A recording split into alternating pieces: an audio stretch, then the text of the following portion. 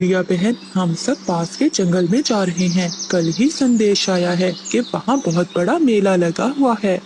वहाँ के पक्षियों ने हम सब पक्षियों को बुलाया है। मुझे तो सोच के ही बहुत अच्छा लग रहा है। बहुत मजा आएगा वहाँ पर। तुम भी जल्दी से तैयारी कर लो।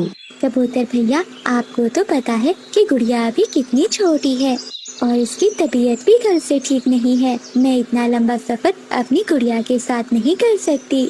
हम सब है ना तुम्हारे साथ। वो तो ठीक है, लेकिन मैं नहीं चाहती कि मेरी वजह से आप सब भी परेशान हो।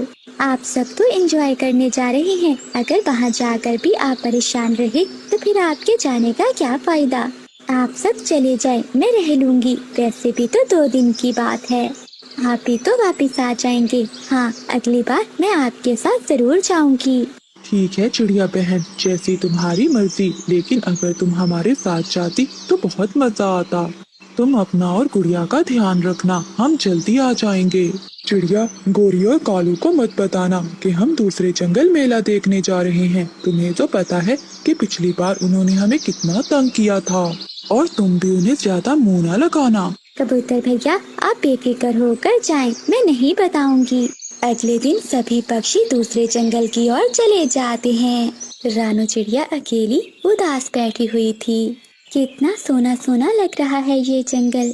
पता नहीं ये 2 दिन कैसे गुजरेंगे। बस गुड़िया किसी तरह से ठीक हो जाए, फिर मैं अपनी बेटी को भी साथ लेकर जाऊंगी अगली बार। जब सभी पक्षी आएंगे तो मैं उनसे कहूंगी कि मेरे साथ मेरे घर की मुरम्मत कर दें, कहीं बरसात ही ना शुरू हो जाए। चिड़िया की बेटी बहुत छोटी थी और वो अक्सर बीमार रहती थी, इसलिए काफी अरसे से चिड़िया ने अपने घोंसले का काम ना किया था। इसलिए चिड़िया के घोंसले की हालत कुछ ज्यादा ही खराब हो गई थी। ऐसे ही रात हो जाती है और चिड़िया सो जाती है। अगली सुबह जब चिड़िया की आंख खुलती है तो आसमान पर बहुत गहरे बादल छाए हुए थे। चिड़िया बहुत परेशान हो जाती है। अगर बारिश आ गई तो मैं क्या करूँगी। गुड़िया भी ठीक नहीं है और मेरा घर भी खराब हालत में है और मैं जंगल में हूँ भी अकेली।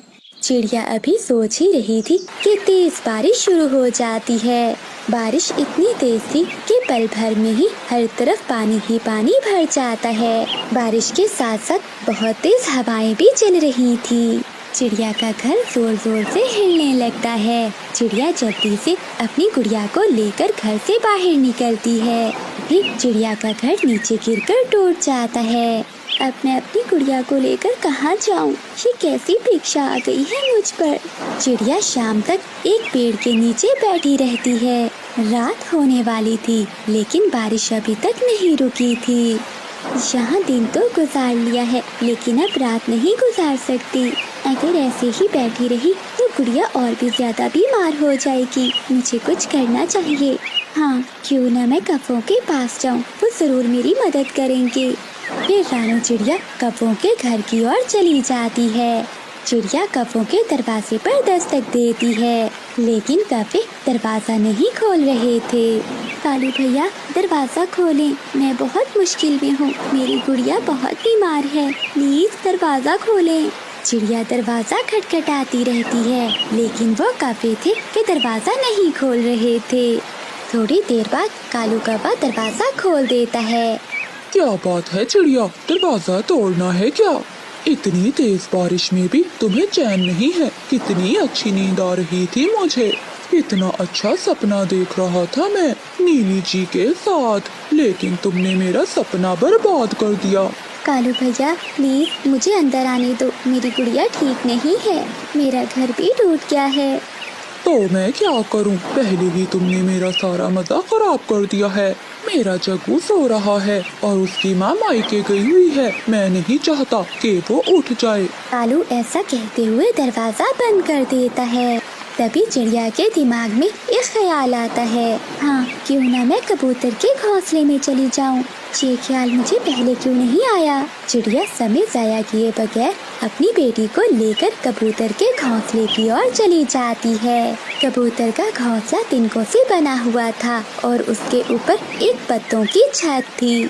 चिड़िया अपनी बेटी को घोंसले में सुलाती है। गुड़िया को बहुत तेज बुखार था चिड़िया जितनी बेबस आज थी, शायद इससे पहले वो कभी ना थी। अगले दिन भी बारिश ऐसे ही हो रही थी। वो दिन भी ऐसे ही बारिश में गुजर जाता है। दूसरी ओर सभी पक्षी बहुत एंजॉय कर रहे थे। वो जंगल भी बहुत सुंदर था। उन सब पक्षियों का तो वापस आने का मन ही नहीं कर रहा था। मिठू यार, आज हमें चले जाना चाहिए क्योंकि चिड़िया अकेली है और गुड़िया को भी बुखार था।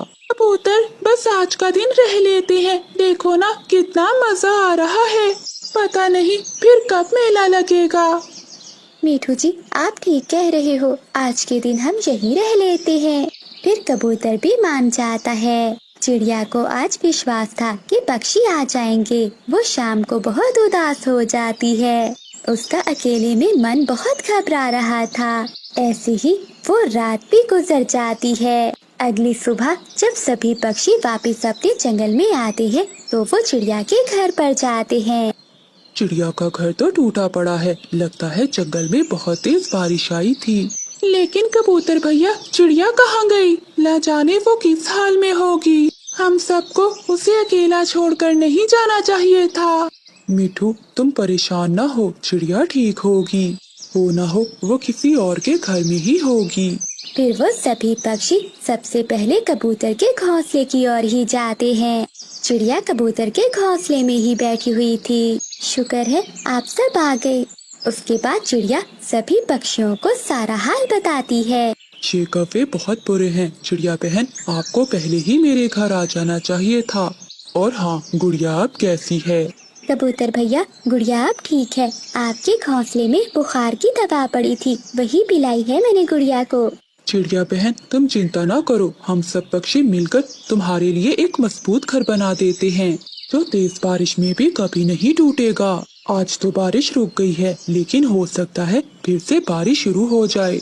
फिर कबूतर सभी पक्षियों को लेकर चिड़िया के लिए एक सुंदर और मजबूत घर बनवाता है। चिड़िया बहुत खुश थी। वो कबूतर और सभी पक्षियों को धन्यवाद करती है। उस रात चिड़िया बहुत सुकून में थी। थोड़ी ही देर बाद तेज बारिश शुरू हो जाती है, लेकिन आज की बारिश चिड़िया को बहुत अच्छी लग रही थी।